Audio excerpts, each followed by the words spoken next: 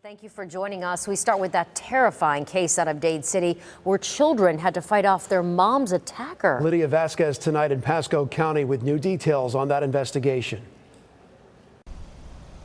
Dade City Police say 40-year-old Donald Terrence Parker choked his girlfriend Tuesday until she passed out. They say when her children, ages 12 and 16, intervened, he started hitting the kids with a broomstick. Moments later, we're told one of the children grabbed a kitchen knife and stabbed Parker multiple times. One neighbor we spoke with heard the commotion. And I seen her son, and he had a knife in his hand, and he was going back and forth, and he was screaming. Police say a neighbor called 911, but Parker ran off before they got there. They say he was arrested not far from the apartment complex and had multiple stab wounds. Crews rushed him to the hospital where he is still being treated. We're told the woman was released from the hospital and is recovering. Her children had minor injuries. It hit home, and I couldn't even do nothing yesterday. I just cried. You know, I was in the hospital for a year for domestic violence. Tabitha Taylor Stevens lives nearby. She says witnessing this brings her back to a dark time in her life. When I saw that yesterday, it brought me to tears because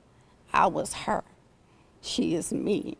I talked with the Spring of Tampa Bay, a nonprofit helping survivors of domestic violence and their children. Domestic violence leaders say children witnessing domestic violence are also victims, and it's unfortunate they were put in this situation to begin with. It's really important that we don't send messages that we expect children to be the ones intervening. Sometimes they're going to, right, because of the circumstances, but they shouldn't feel like it's their responsibility to do that. Mindy Murphy says it's important domestic violence survivors know they have support from neighbors, friends, or family members. I had to build myself back up. I had to build my self-esteem back up. I had to build my life back up.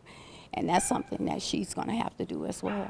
Court documents show Parker was just charged a few weeks ago with domestic aggravated battery with a deadly weapon.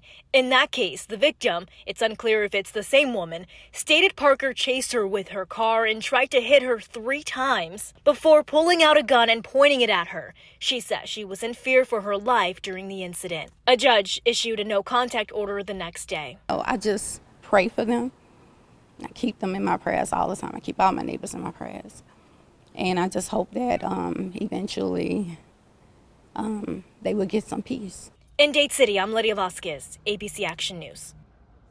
Lydia, thank you. We know this story is tough to hear and can be triggering for those who've been survivors of domestic violence. But we want you to know there is help out there. We here at ABC Action News are taking action against domestic violence, and we've compiled resources for you or someone you know. There's the domestic violence hotline at 1-800-500-1119, or you can go to our website at abcactionnews.com/DV. There you can find a list of shelters and helpful groups. We move next here.